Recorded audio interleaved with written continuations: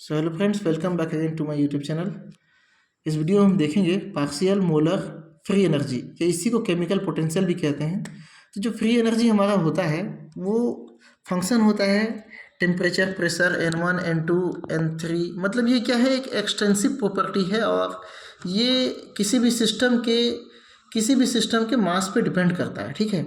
और जो कि एक्सटेंसिव प्रॉपर्टी है, मतलब टेम्परेचर पर भी निर्भर करेगा, प्रेशर पे भी निर्भर करेगा, N1 N2 N3। तो ये चीज़ ज़्यादा डिटेल में देखने के लिए इससे पहले जो वीडियो में अपलोड किया हूँ उसको आप देखिए, उसके बाद ये देखिए, समझ में आएगा। सेम टू सेम है, बस आपको वहाँ पे वॉल्यूम के बारे में बताया था, मैं यहाँ पे आपको मतलब जी के बारे में बता रहा हूँ, केमिकल पोटेंशियल या फिर फ्री एनर्जी के बारे में। स्मॉल चेंजेस के लिए लेते हैं तो उस कंडीशन में ये जो जी है वो क्या हो जाएगा, डेल जी हो जाएगा।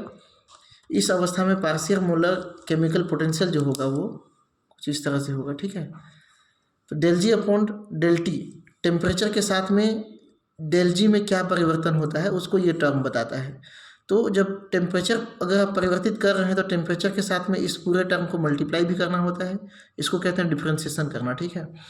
Pressure N1 N2 N3 N4 N5 ये जो है यहाँ पे सारे के सारे कांस्टेंट रहेंगे।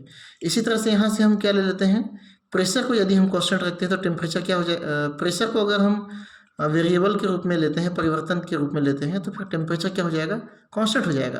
तो उसके बाद में N1 N2 N3 जो है सारा का सारा क्या होगा, कांस्टेंट होगा। और डेल पी को हमने यहाँ पे लिया है, डेल पी के साथ में डेल जी में क्या परिवर्तन हो रहा है वो हम जानना चाह रहे हैं, तो डेल पी के साथ में इसको मल्टीप्लाई भी करना है।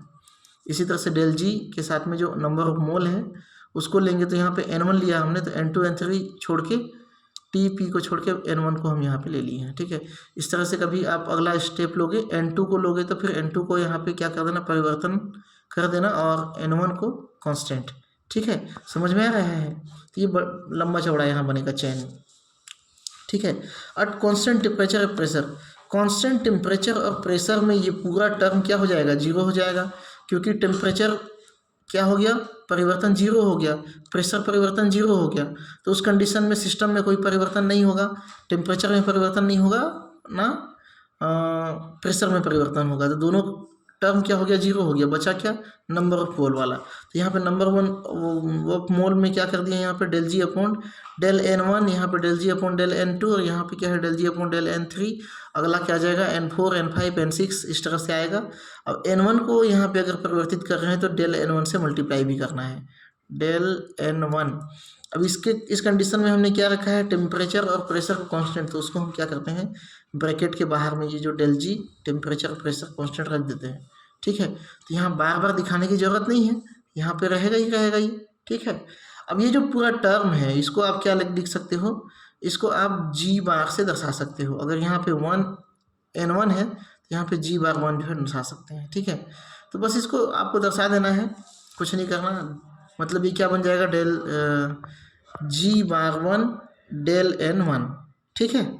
तो ये जो है राइट हैंड साइड के जितने भी टर्म थे वो सारे के सारे क्या थे, पार्शियल मोलर केमिकल पोटेंशियल को दर्शाते थे, इसको बार के रूप में सिम्बलाइज करते हैं। तो यहाँ पे डेल जी टेम्परेचर प्रेशर कांस्टेंट में यहाँ पे मैंने बताया ना, G1 बार N1 होगा, यहाँ पे G2 बार है, यहाँ पे दिख नहीं रहा है, ब्लैक ब्लैक, ये भी ब्लैक ब्लैक, G2 बार डेल N2, G3 बार डेल N3, सो ऑन,